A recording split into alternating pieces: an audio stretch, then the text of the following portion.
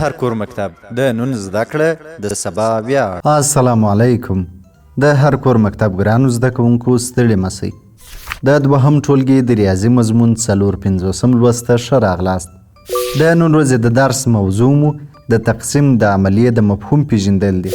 ګرانو زده کوونکو، تقسیم په لغات کې ویشلو ته وایي او په اصطلاح کې د پرله پسې تفریق لنډې طریقې ته تقسیم وایي.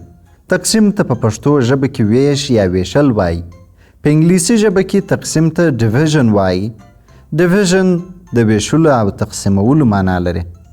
تقسیم عملیه د نورو عملیو په رقم خپل ځانګړې علامه لري. دا نښه یا علامه چې تاسې یې پر سکرین وینئ دا د تقسیم نښه ده. د تقسیم عملیه څلور اجزاوې لري. لومړی عدد چې موږ یې په تقسیم کې لرو هغه ته مقسوم وایي. دوهم عدد ته مقسوم علیه وایي. دریم عدد ته د تقسیم حاصل وایي او څلورم عدد ته باقی یا پاته وایي. په عملي مثال کې یې ګورو. 12 پر 2 تقسیموو. غټ عدد ته مقسوم وایي. 12 مقسوم دی. دوهم عدد ته مقسوم علیه وایي. 2 مقسوم علیه دی.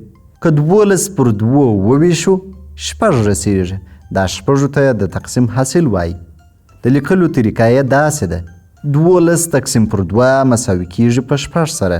ګرانو زده کوونکو، د دې عملیې په مرسته موږ کولی سو شیان وویشو. دا و زموږ د نن ورځې درس.